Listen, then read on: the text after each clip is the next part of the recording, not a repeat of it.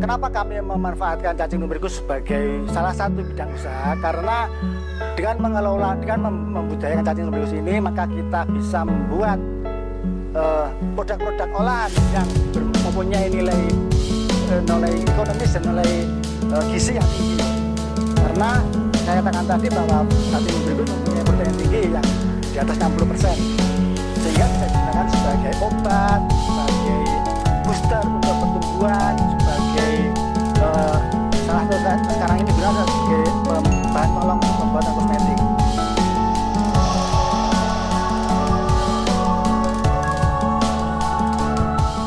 Perkenalkan, nama saya Rudi Dwi Winarto. Di sini saya sebagai founder dari ANC Farm.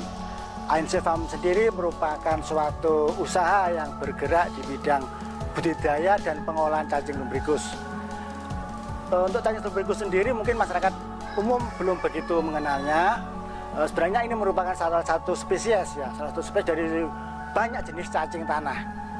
Cacing lumricus ini merupakan cacing yang mempunyai kandungan protein lumayan tinggi, di atas 60%.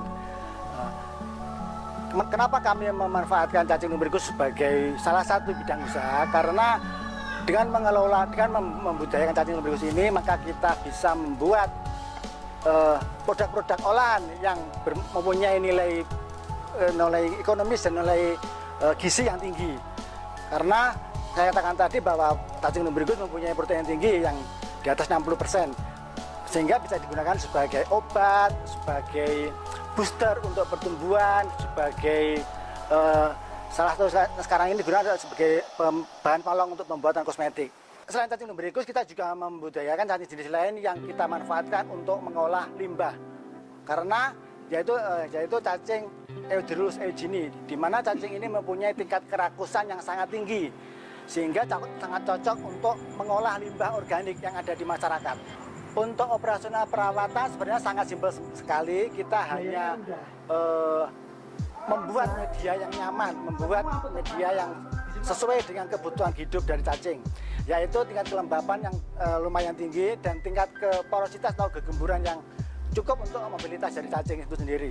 Karena seperti diketahui bahwa cacing itu hidup atau aktifnya di malam hari, sehingga mereka pada siang hari mereka sembunyi di bawah lapisan media. Akhirnya pada malam hari mereka keluar, sehingga dibutuhkan kegemburan atau porositas media yang sangat tinggi sehingga menunjang dari mobilitas cacing tersebut.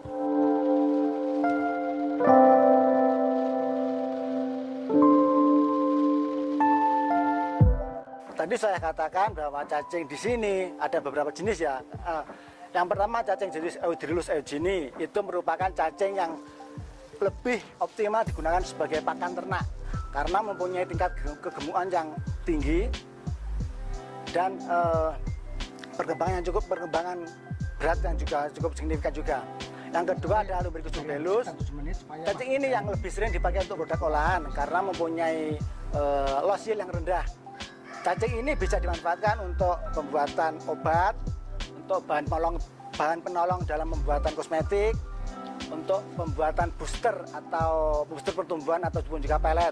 Yang ketiga adalah cacing Eisenia foetida atau cacing tiger itu. Cacing ini lebih optimal digunakan untuk pembuatan pupuk vermikompos untuk mengolah limbah. Sampai saat ini kami sudah membuat olahan dari cacing itu sendiri berupa cacing kering, terus serbuk cacingnya, juga kapsulnya.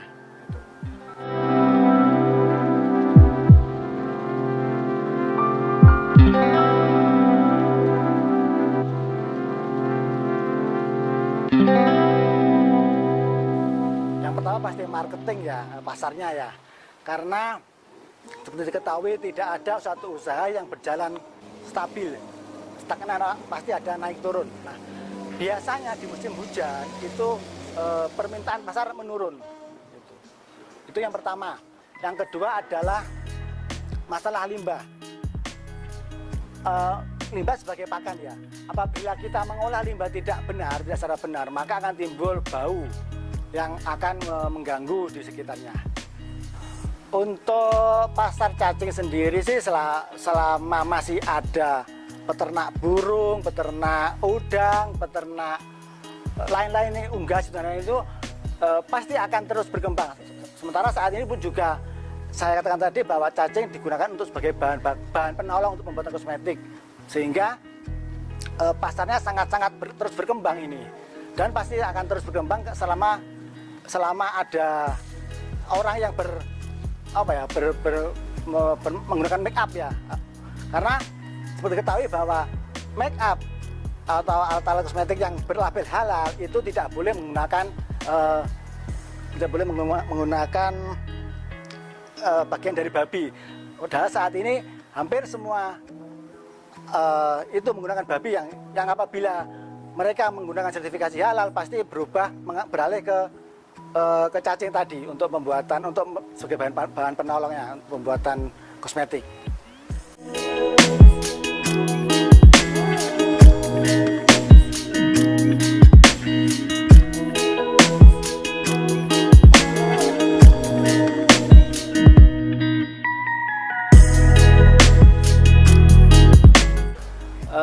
Dulu sih kita pernah membuat terobosan ya di bidang untuk produksi olahan ini. Kita membuat kopi cacing dan teh cacing. Tapi karena sesuatu yang baru pasti membutuhkan effort atau membutuhkan suatu pengenalan edukasi ke masyarakat, butuh dana yang besar, butuh usaha yang sangat berat, maka kita kurang bisa berkembang. Akhirnya kita gantikan aja.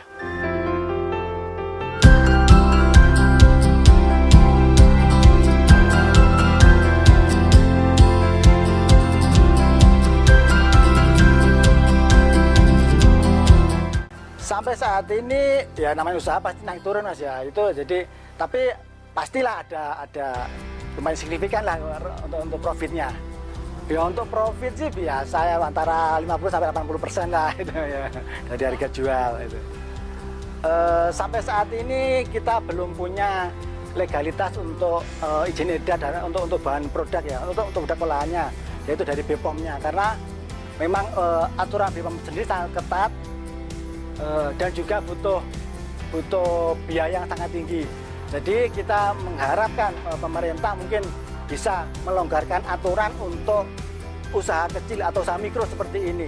Karena apabila kita mengikuti aturan baku yang sekarang berlaku, maka itu dibutuhkan biaya yang sangat besar, yang kecenderungannya itu untuk industri besar aja, sementara untuk industri mikro atau kecil sangat keberatan.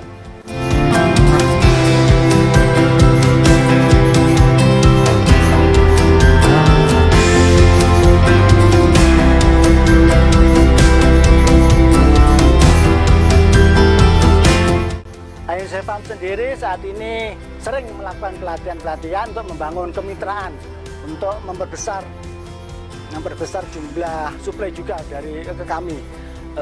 Di sini juga ada pelatihan, sekarang tadi juga pelatihan untuk membangun mitra, di mana yang berminat atau ingin informasi lebih lanjut bisa menghubungi di nomor WA 0898 000 9778 atau di Instagram ada itu @peternakan_cacing.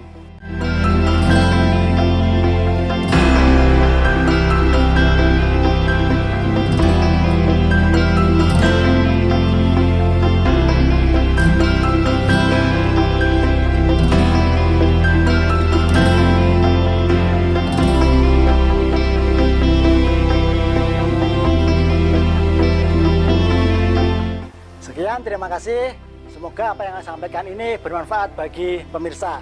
Jangan lupa untuk share, like, dan subscribe untuk channel YouTube Tunas Hijau ID.